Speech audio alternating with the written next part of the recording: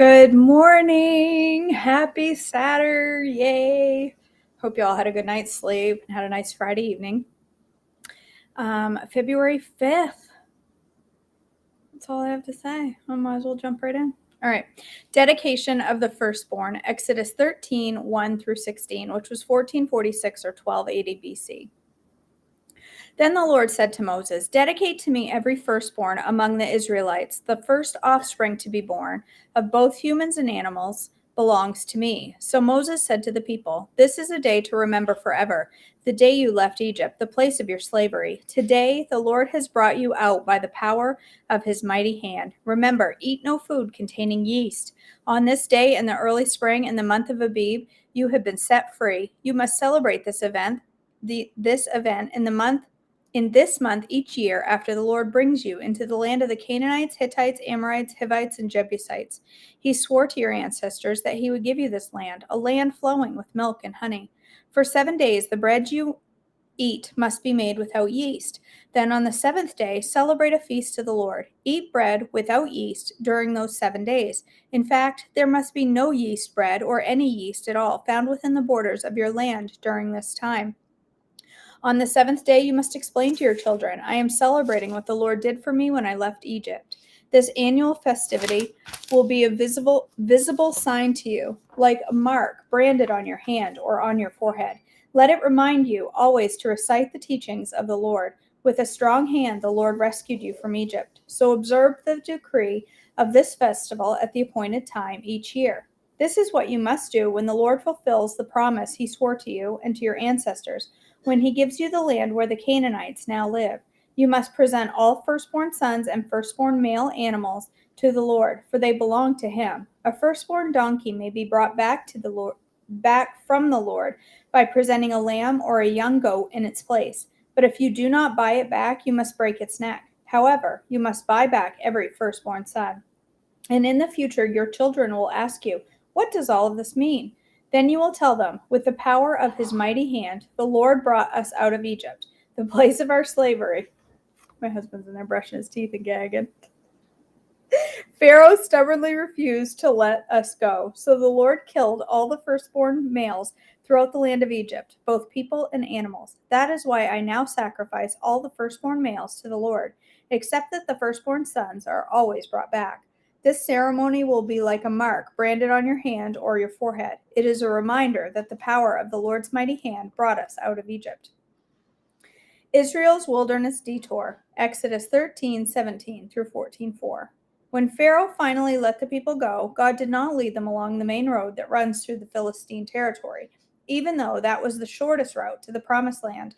God said, if the people are faced with a battle, they might change their minds and return to Egypt. So God led them in a roundabout way through the wilderness towards the Red Sea. Thus the Israelites left Egypt like an army ready for battle. Moses took the bones of Joseph with him, for Joseph had made the sons of Israel swear to do this. He said, God will certainly come to help you. When he does, you must take my bones with you from this place. The Israelites left Succoth and camped at Etham on the edge of the wilderness. The Lord went ahead of them. He guided them during the day with a pillar of cloud, and he provided light at night with a pillar of fire. This allowed them to travel by day or by night, and the Lord did not remove the pillar of cloud or the pillar of fire from its place in front of the people. Then the Lord gave these instructions to Moses. Order the Israelites to turn back and camp by Pi-hahiroth, between Migdol and the sea. Camp there along the shore, across from Baal-zephon. Then Pharaoh will think the Israelites are confused. They are trapped in the wilderness. And once again, I will harden Pharaoh's heart, and he will chase after you. I have planned this in order to display that I am the Lord. Nope, I skipped a whole sentence. I have planned this in order to display my glory through Pharaoh and his whole army. After this, the Egyptians will know that I am the Lord. So the Israelites camped there as they were told. The Egyptians pursue Israel, Exodus 14:5 through 14. When the word reached the king of Egypt that the Israelites had fled, Pharaoh and his officials changed their minds. What have we done, letting all those Israelite slaves get away? They asked. So Pharaoh harnessed his chariot and called up his troops. He took with him 600 of Egypt's best chariots, along with the rest of the chariots of Egypt, each with its commander. The Lord hardened the heart of Pharaoh, the king of Egypt, so he chased after the people of Israel, who had left with fist raised in defiance. The Egyptians chased after them with all the forces in Pharaoh's army, all of his horses and chariots, his charioteers, and his troops. In other words, all the king's horses and all the king's men. The Egyptians caught up with the people of Israel as they camped beside the shore near Pi Hahiroth, across from Baal Zephon. As Pharaoh approached, the people of Israel looked up and panicked when they saw the Egyptians overtaking them. They cried out to the Lord, and they said to Moses, "Why did you bring us out here in the wilderness to die? Weren't there enough graves for us in Egypt? What have you done to us? Why did you make us leave Egypt? Didn't we tell you this would happen while we were still in Egypt? We said, 'Leave us alone. Let us be slaves to the Egyptians. It's better to be a slave in Egypt than a corpse in the wilderness.' But Moses told the people, 'Don't be afraid. Just stand still and watch the Lord rescue you today. The Egyptians you see today will never be seen again. The Lord himself will fight for you. Just stay calm.'" Escape through the Red Sea, Exodus 14:15-31. Then the Lord said to Moses, "Why are you crying out to me? Tell the people to get moving. Pick up your staff and raise your hand over the sea. Divide the water so that the Israelites can walk through the middle of the sea on dry ground. And I will harden the hearts of the Egyptians, and they will charge in after the Israelites. My great glory will be displayed through Pharaoh and his troops, his chariots and his charioteers. When my glory is displayed through them, all of Egypt will see my glory and know that I am the Lord." Then the angel of God, who had been leading the people of Israel, moved to the rear of the camp. The pillar of cloud also moved in front and stood behind them. The cloud settled between Egypt and the Israelite camps. As darkness fell, the cloud turned to fire, lighting up the night. But the Egyptians and Israelites did not approach each other all night long. When Moses raised his hand over the sea, the Lord opened up a path through the water with a strong east wind. The wind blew all that night, turning the seabed into dry land. So the people of Israel walked through the middle of the sea on dry ground, with walls of water on each side. Then the Egyptians, all of Pharaoh's horses, chariots, and charioteers, chased them into the middle of the sea. But just before dawn, the Lord looked down on the Egyptian army from the pillar of fire and cloud, and he threw their forces into total confusion. He twisted their chariot wheels, making the chariots difficult to drive. "Let's get out of here, away from these Israelites," the Egyptians shouted. "The Lord is fighting for them against Egypt." When all the Israelites had reached the other side, the Lord said to Moses, "Raise your hand over the sea again. Then the waters will rush back and cover the Egyptians and their chariots and charioteers." So as the sun began to rise, Moses raised his hand over the sea, and the water rushed back into its usual place. The Egyptians tried to escape, but the Lord swept them into the sea. Then the waters returned and covered all the chariots and charioteers, the entire army of Pharaoh. Of all the Egyptians who chased the Israelites into the sea, not a single one survived. But the people of Israel had walked through the middle of the sea on dry ground as the water stood up like walls on both sides. That is how the Lord rescued Israel from the hands of the Egyptians that day. And the Israelites saw the bodies of the Egyptians washed up on seashore. When the people of Israel saw the mighty power that the Lord had unleashed against the Egyptians, they were filled with awe before him. They put their faith in the Lord and in his servant Moses. A song of deliverance, Exodus 15, 1-21. Then Moses and the people of Israel sang this song to the Lord. "I will sing to the Lord, for he has triumphed gloriously. He has hurled both rider and horse and rider into the sea. The Lord is my strength and my song. He has given me victory. This is my God, and I will praise him, my father's God, and I will exalt him. The Lord is a warrior. Yahweh is his name. Pharaoh's chariots and army he has hurled into the sea. The finest of Pharaoh's officers are drowned in the Red Sea. The deep waters gushed over them. They sank to the bottom like a stone. Your right hand, O Lord, is glorious in power. Your right hand, O Lord, smashes the enemy. In the greatness of your majesty, you overthrow those who rise against you. You unleash your blazing fury. It consumes them like straw. At the blast of your breath, the waters piled up. The surging waters stood straight like a wall. In the heart of the sea and the deep waters became hard. The enemy boasted, "I will chase them and will catch up with them. I will plunder them and consume them. I will flash my sword and my powerful hand will destroy them." But you blew with your breath and the sea covered them. They sank like lead in the mighty waters. Who is like you among the gods, O Lord? Glorious in holiness, awesome in splendor, performing great wonders. You raised your right hand, and the earth swallowed our enemies. With your unfailing love, you led the people you have redeemed. In your might, you guide them in your sacred to your sacred home. The people hear and tremble. Anguish grips those who live in Philistia. The leaders of Edom are terrified. The nobles of Moab tremble. All who live in Canaan melt away. Terror and dread fall upon them. The power of your arm makes them lifeless as stone. Until your people pass by, O Lord, until the people you purchased pass by. You will bring them in and plant them on your own mountain, the place, O Lord, reserved for your own dwelling, the sanctuary, O Lord, that your hands have established. The Lord will reign forever and ever. When Pharaoh's horses, chariots, and charioteers rushed into the sea, the Lord brought the water crashing down on them. But the people of Israel had walked through the middle of the sea on dry ground. Then Miriam, the prophet, Aaron's sister, took a tambourine and led all the women as they played their tambourines and danced. And Miriam sang this song: Sing to the Lord, for he has triumphed gloriously. He has hurled both horse and rider into the sea. Bitter water at Marah. Exodus 15:22 through 27. Then Moses led the people of Israel away from the Red Sea, and they moved out into the desert of Shur.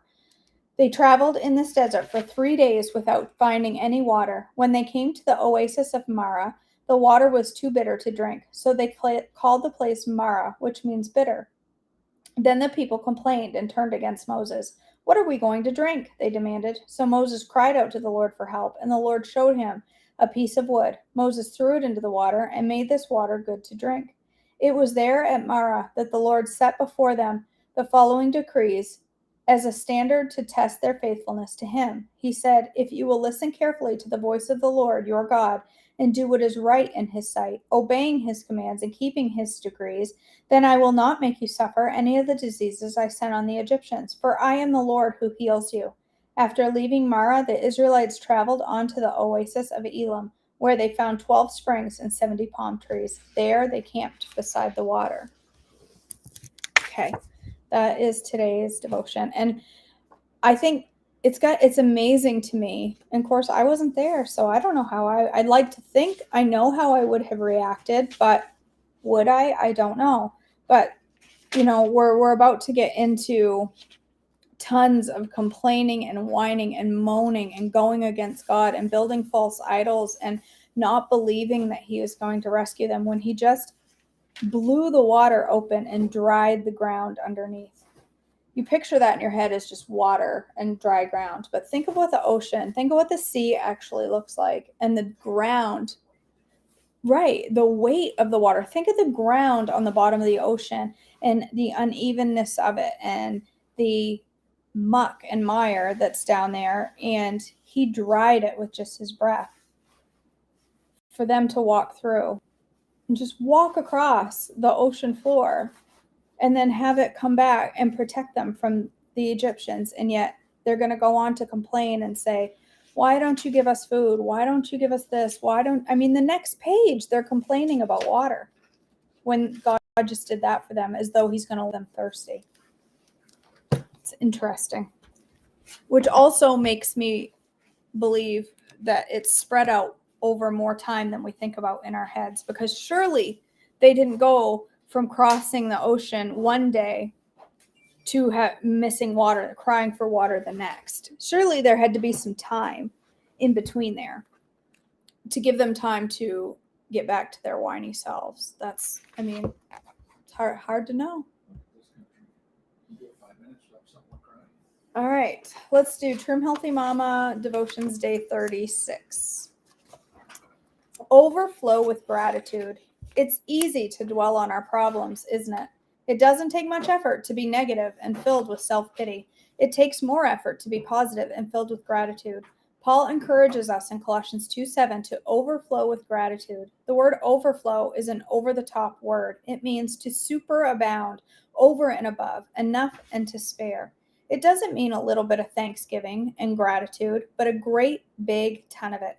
Gratitude to God, gratitude to husband, gratitude for your children, overflowing, abounding, spilling over. How do you do this when you feel the opposite? You do it by faith. It is amazing how your attitude will soon line up with your actions. Try it. Enjoy a day thanking the Lord out loud for every little thing. Thank your husband for every tiny thing he does. Show your gratitude to him when he spends time with your children.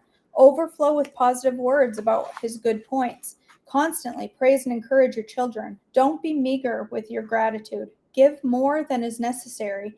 This habit will change the attitude in your heart and the atmosphere of your home. Nancy.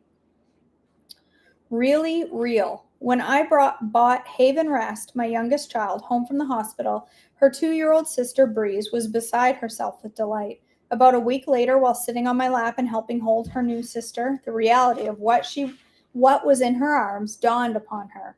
One of her sisters, Engedi, walked past, and she yelled out in an elated declaration of comprehension. "She's real, Getty. She's real." She roared happily. She repeated it over and over, throwing in another line. "She's not a dolly. She's really real." I am inspired to reflect upon the treasures in my life that are really real. With the humdrum of daily chores and must-get-done lists, we can feel shackled. We can slip into a trance of distraction. We can lose sight of the precious, real lives around us as we get tangled up in the trap of inanimate objects and jobs. We have to clean the house and get certain things accomplished, but I am challenged to let my family know that they are most important. Spending time with them will never be wasted. I am reminding myself again today that they are flesh and blood and eternal souls. They are my biggest responsibility and my first on my to-do list. Serene. Watch and pray. Matthew 26:41 says, "Watch and pray that ye enter not into temptation. The spirit indeed is willing, but the flesh is weak." If you picked up this book, you are likely very aware that the body is weak, but you have a willing spirit to change it. And don't forget the other important step, to pray that your spirit becomes more fervent than the body. Meadow. All right, guys. Thanks for joining me for our devotions this morning. I will be cooking in a few minutes. I am going to make my dessert to get me through the week. Yes, Sebastian, I see you there. This morning, I am going to be making poodle doodles, which is a hilarious name because they look just like a poodle doodle.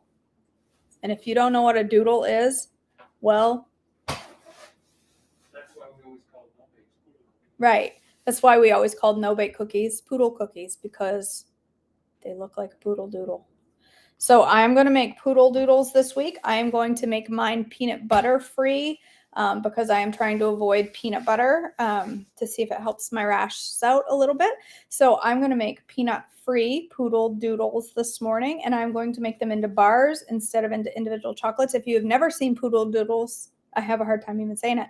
They are from My Montana Kitchen, and they look delicious. People around me on the page have been making them lately, and I keep thinking, I need to make those. So I'm going to make those this morning for a quick treat to get me through this upcoming week. So I hope to see you there. I should be live in just a few minutes.